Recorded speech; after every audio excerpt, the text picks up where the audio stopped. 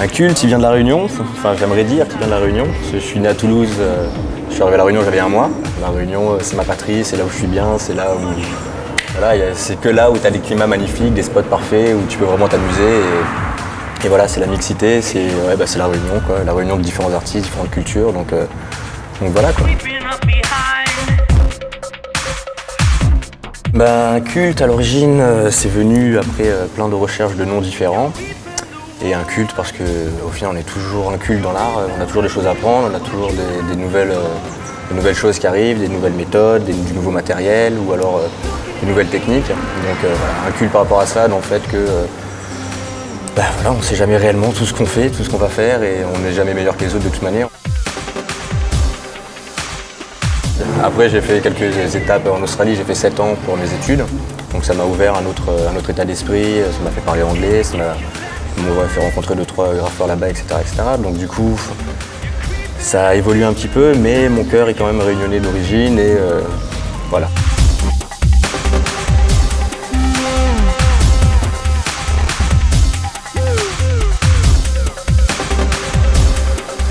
Je suis arrivé dans le graphe, à mon avis, un petit peu comme la plupart des gens, quoi. C'était il y a 15 ans.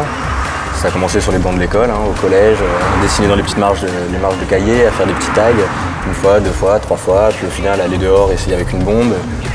Bon, je ne dirais pas que c'était du graphe à l'époque, quoi. C'était plus marqué sur sa signature à droite à gauche, histoire de dire qu'on était là.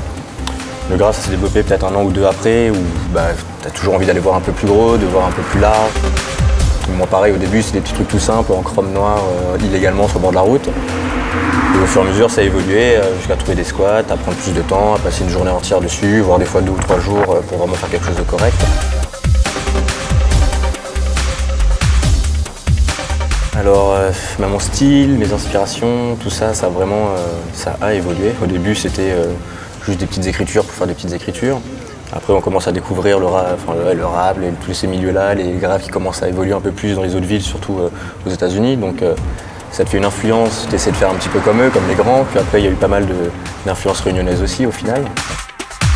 Donc non, c'est jamais réellement fini. Je pense qu'il y a toujours moyen de revenir, même 1 an après, et de rajouter des choses dessus. Ça fait évoluer le graphe en même temps, c'est sympa, quoi. C'est au feeling, quoi. À un moment, il faut toujours dire stop. Et c'est ça le plus dur, de trouver le moment où on se dit, bon, voilà, on le laisse là, on arrête.